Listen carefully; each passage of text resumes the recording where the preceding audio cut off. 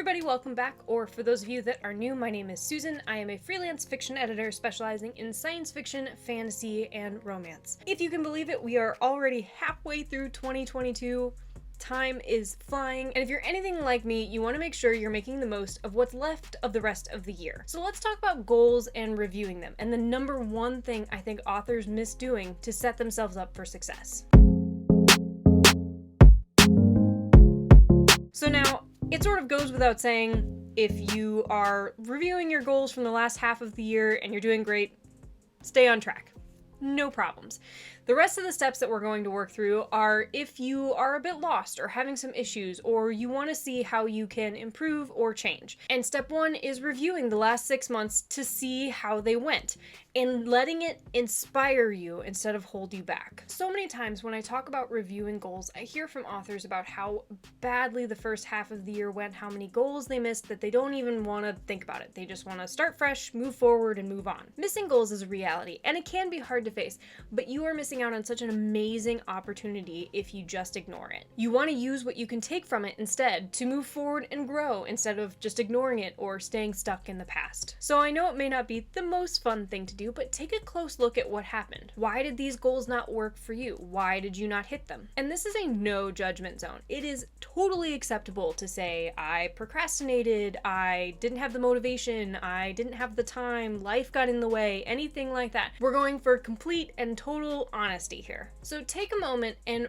write that down. Write down why you might have missed those goals. Again, no negativity attached, just pure, honest truth. Then once you have that list, brainstorm for the future what you might be able to adjust realistically to avoid those pitfalls in the future. So maybe this means lowering your time or your word count each week, or changing where you need to work or write, joining a writing group for accountability, or setting up rewards for yourself to help with motivation and procrastination. Or, and this one is hard to hear, maybe you need to take time off.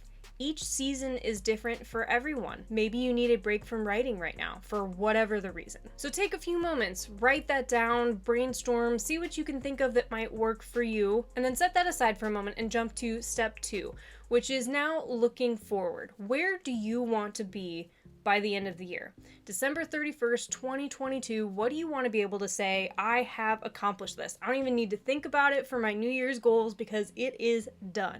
What is that for you? So then once you've figured out your goal or your goals, take the time to write out the steps of what it's going to take to get there. What do you need to find out? Who do you need to hire? What do you need to write, plot, plan, edit, anything like that to get to that point? And you want to make sure your goals and these steps are actionable and quantifiable. So for example, let's say your goal is to write 50,000 words by 2022.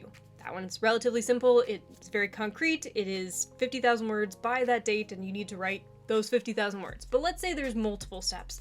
So maybe you want to write 50,000 words by October 1st, 2022, and then you want to hire an editor by November 1st, 2022, and then you want to have the book edited by the end of the year, or what have you. So you want to make sure you have those steps planned out with exactly what you need to do to meet them to make it as clear as possible for you. And then step 3 is work backwards to plan your timeline. So with those steps in mind and those due dates, figure out a schedule for yourself. So maybe it means you need to write 2,000 words a day, you need 3 hours a week to research, and you want a couple hours a week to look into agents or network or what have you to meet those goals, to make those steps. Again, making sure it's concrete and quantifiable so you can get to the end of the week and say, yes, I wrote that many words, yes, I spent that much time doing this, and yes, I did this, this, and this, to make sure you can tell when you're getting where and making those steps forward. And then step 4 is a reality check. Jumping back all the way to step 1, looking at those possible solutions that you came up with. Check and see if the schedule you just made with those goals, if it's realistic, if it's something that you can do, that you can plan as you are with your habits now. And make sure you're accounting for days off, emergency days, and general flow of life. So if your goal is to write a 50,000 word novel, have it edited, proofed, and published by the end of the month, Is that possible? Do you have time to do that with what you know about what you need to get done each day, each week, each month, and with what you know about yourself and how you have procrastination issues or motivation issues or time balance with kids and work and life and everything else involved? If yes, go for it.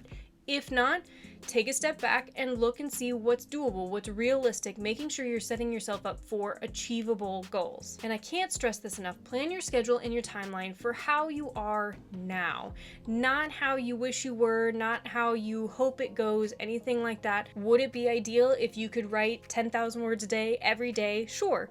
But if you didn't come close to that in the last 6 months, it's not realistic to expect yourself to do that in the next 6 months. And this is about setting yourself up for success. So you want to make sure you're planning for something that you are able to achieve and move forward with. It's always better to give yourself more room and get ahead than to put yourself on such a tight timeline that you're just as likely to miss your goals as you are to make them. Step 5 is make that commitment again to do this. Writing, more than many other careers in my opinion, gets sort of brushed off as a hobby. And if it is a hobby for you, great. But don't let anyone tell you that your writing is just a hobby if you're working to make a career out of it. But part of doing that is you yourself acknowledging that this is a career, making a commitment to it, same as you would any other job. Now, that doesn't mean you won't have bad days, low motivation days, sick days, as well as the days of motivation and inspiration and joy. But through it all, you want to commit, however that looks for you, whether it means setting a schedule with your family,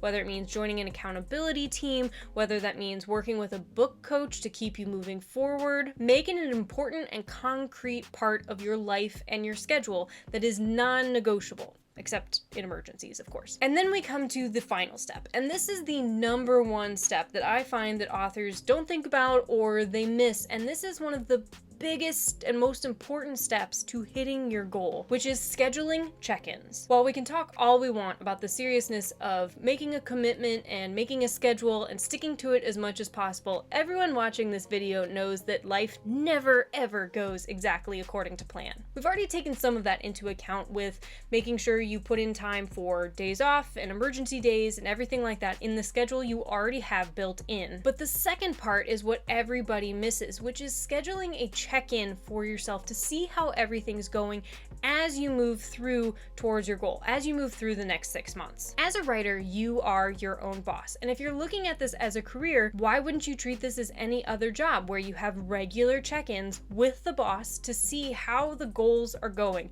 how they can help you achieve your goals, do better, make better progress, everything like that.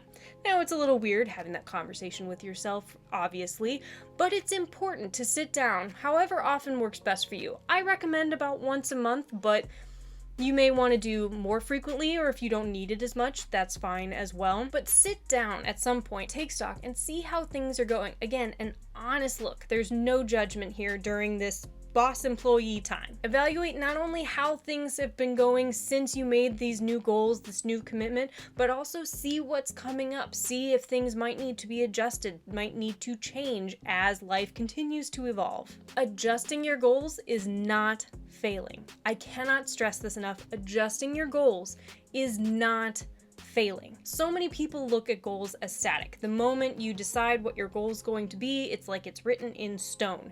That is what you're meeting, that's it, no change, no nothing, that's your goal. And that outlook can be really naive and ultimately harmful to your process and your career. Present you right now watching this video has no idea what's in store for the next 6 months. Just like past you, January 1, when you were making your previous goals, had no idea what you were about to go through. Like I mentioned before, maybe things are going even better than you expected and you can make your goals even bigger or change them to do even more. Or maybe life has thrown you a curveball and you need to adjust to make sure you're still moving forward, even taking into account that new change. While you want to commit and set a schedule for yourself, the best thing you can do for your goals is to be able to pivot when needed to make sure you're continuing with that forward momentum. Then, once you've taken all of this into account, you've set up your goals, you've figured out your schedule, you've made sure that it makes sense, and you've put either in your calendar or your date book or your phone or what have you, those regular check-ins to make sure you have that in your schedule so you will do it, then you are set to to move forward in the next 6 months and have the best second half of 2022 that you can. And I'll bet you'll find that not only will these goals be manageable, but they'll be here before you know it, just like the end of 2022. Hopefully this has been helpful. If you have any questions, don't hesitate to reach out. As always, don't forget to like and subscribe so you don't miss any new videos when they come up. Next week, we'll be continuing through Michael Haig's 6-stage plot structure. We are getting to the end. We're almost there. And until next week, keep writing.